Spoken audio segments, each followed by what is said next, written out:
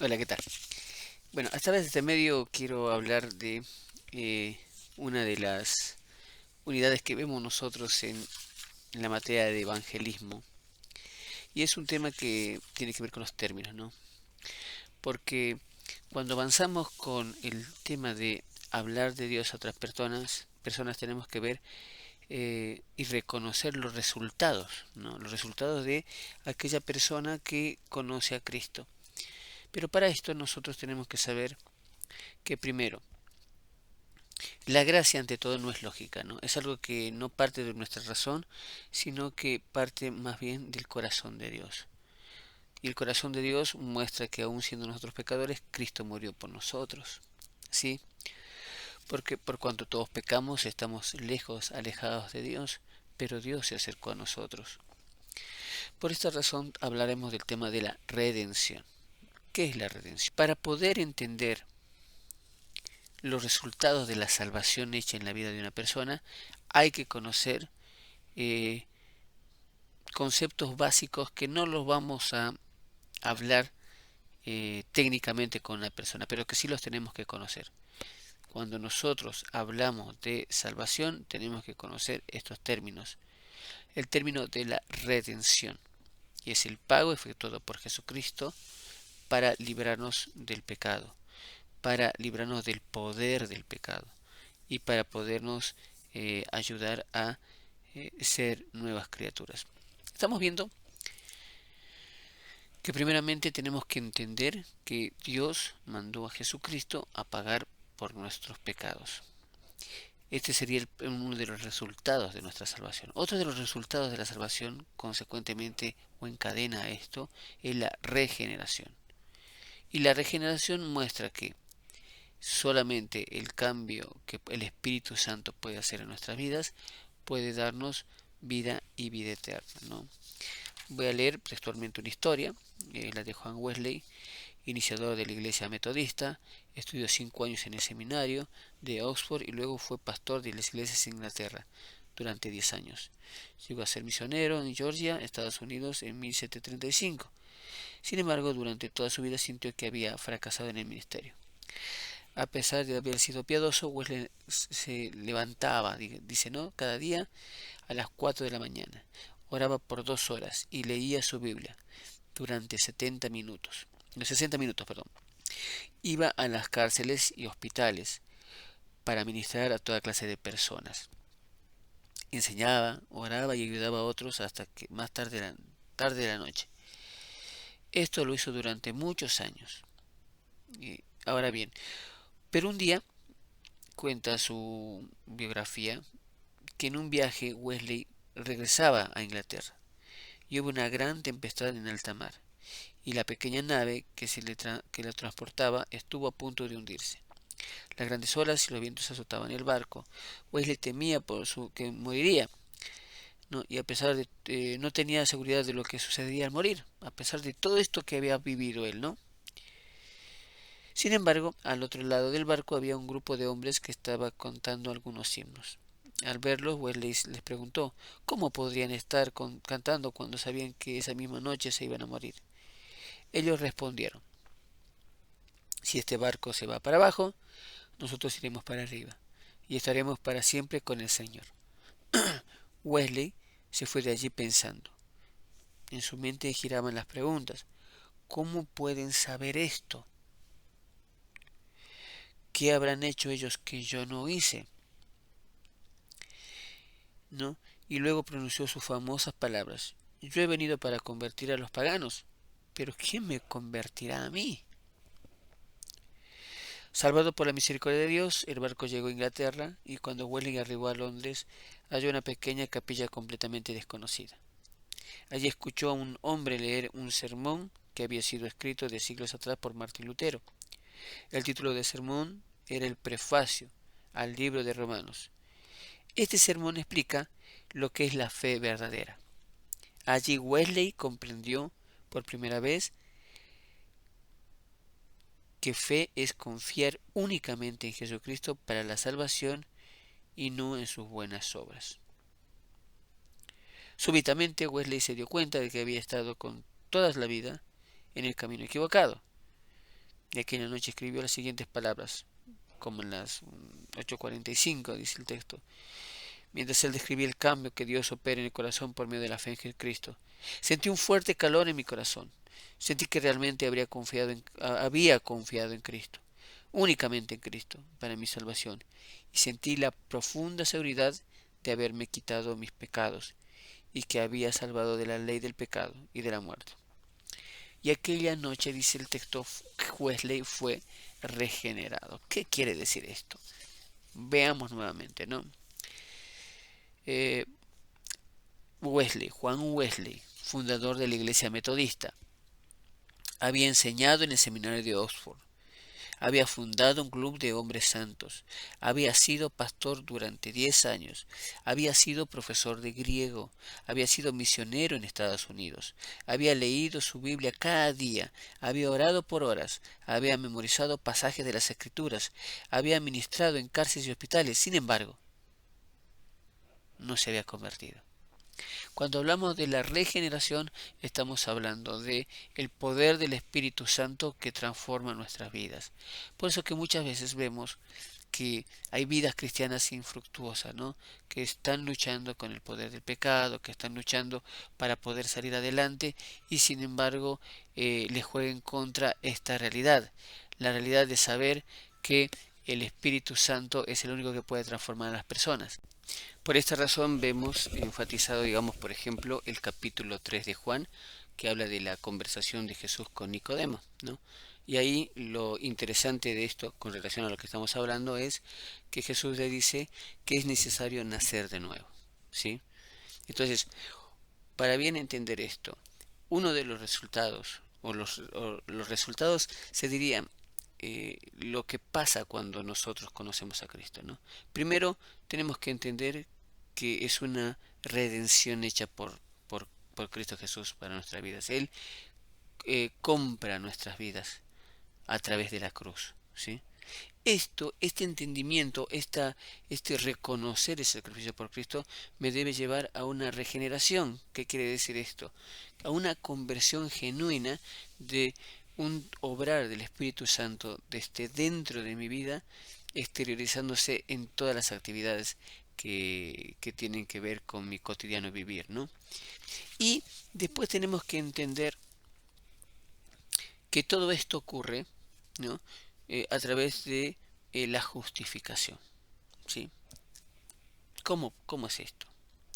Nosotros por nuestros propios pecados no nos podemos acercar a Dios que es santo, ¿no? Hay un ejemplo en el texto que dice que no querernos justificar ante Dios es como tirarnos nafta encima, ¿no? Combustible de auto y querer llegar al sol, ¿no?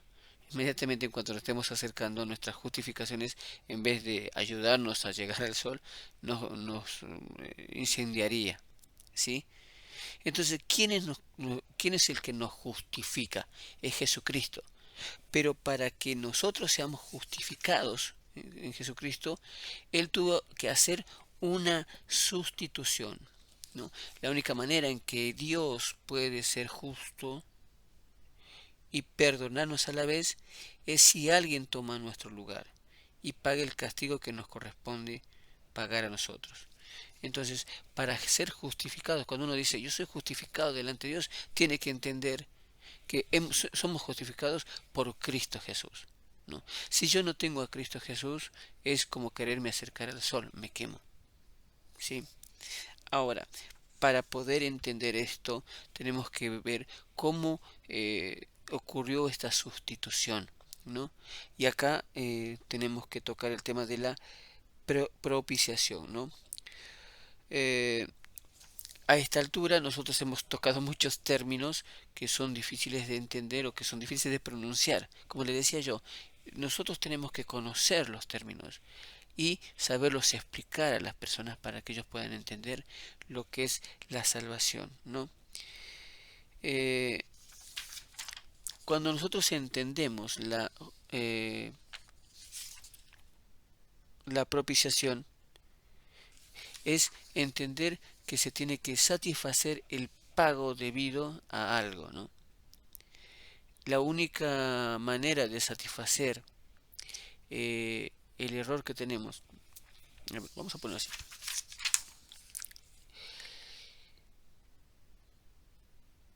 Hablamos también de la propiciación.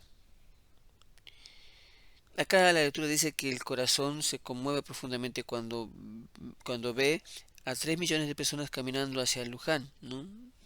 Por millones para poder ser perdonados. Ahora, piensan que Dios se pone contento al ver el sacrificio de cada uno, pero nunca vamos a poder pagar, nunca vamos a poder cubrir, ¿sí?, lo que debemos a Dios, que son nuestros pecados, ¿sí?, nuestros pecados que nos alejan de Él. Entonces, el único que puede sustituir, ¿no?, y propiciar el pago exacto para que nosotros seamos perdonados es Jesús, ¿no? Entonces tenemos que entender que la propiciación es la satisfacción a la justicia de Dios debido al sacrificio de Cristo. Tiene que haber la muerte para cubrir otra muerte. En el Antiguo Testamento decía, si vos matas a una persona, tienes que pagarla con tu vida, ¿sí? Nosotros delante de Dios somos como los homicidas, ¿sí? Por cuanto hemos pecado, estamos lejos de Dios y nuestros pecados nos alejan.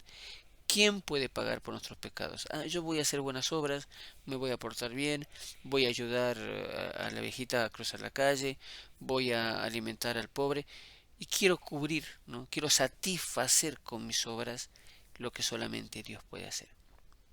Por eso que entender esto también es entender por qué somos justificados delante de Dios. Porque esta justificación me tiene que llevar a una santificación. ¿Qué quiere decir santificación? Cuando vemos el término santo, es ser separados con un propósito, ¿no? Ahora, miren todo este proceso que pasa en medio digamos, del proceso de la salvación, se diría, ¿no? Yo tengo que recibir a Jesucristo como Señor y Salvador, ¿no?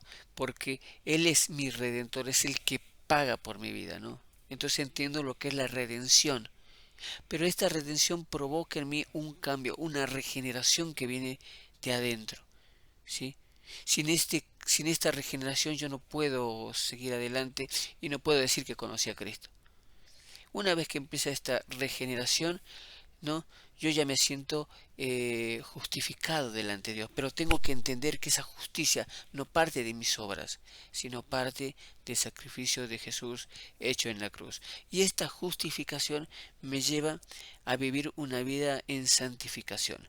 Santificado significa santificado no significa soy perfecto y nunca me equivoco y soy lo más bueno del mundo y puedo juzgar a todos. No, no. Santificarme significa que a través del trabajo de Jesucristo en la cruz, de su muerte en la cruz, y que la regeneración está trabajando en mi vida, y justificados delante de Dios, yo puedo buscar eh, el propósito que Dios tiene para mi vida, ¿no? El propósito que Dios ha apartado para mi vida. Y este propósito, esta santificación, este llevarme hacia Dios, me da la seguridad de la salvación, ¿sí? Entonces, yo pienso que muchas veces tenemos que analizar este tema y ver que en nuestras congregaciones tenemos que revisar esto, ¿no? Esto que estamos viendo ahora tendríamos que saberlo desde que llegamos a la iglesia, ¿no? Para poder avanzar en la vida y práctica de nuestra fe. Hay cosas hermosas que Dios nos enseña y que Dios tiene para nosotros, porque nunca vamos a llegar a entender todo lo precioso de Dios. Pero si al principio nosotros no hemos entendido que reconocer a Jesucristo como nuestro Señor y Salvador tiene que mostrar, ¿no? Tiene que dar resultados en nuestra vida, y estos resultados se dan a continuación de reconocer la redención, el pago que he hecho por Cristo Jesús, porque cuando yo acepto a Jesucristo he entendido que Él ha pagado por mi vida en una cruz, ¿no? Este reconocimiento hace que en mi vida haya una regeneración, un entendimiento de saber que necesito de Cristo y que yo por mis esfuerzos humanos, por querer hacer las cosas, no voy a poder hacer nada, ¿no? Entonces muchas veces en nuestras iglesias está pasando esto, ¿no? Que hay mucho activismo, que hay muchos retiros, que nos explican grandes cosas de Dios que no encajan en nuestro diario vivir y practicar, ¿no? Y decimos, ¿por qué estoy fracasando?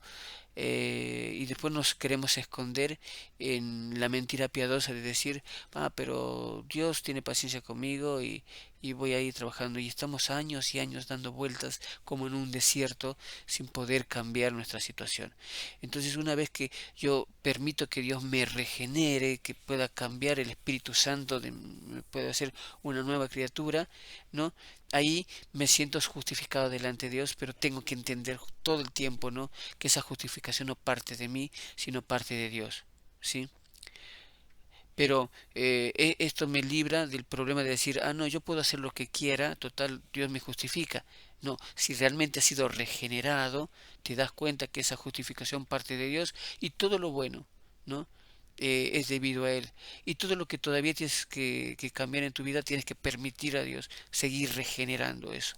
Una vez que haces eso, Dios te lleva hacia la santificación, hacia buscar tu propósito en esta vida.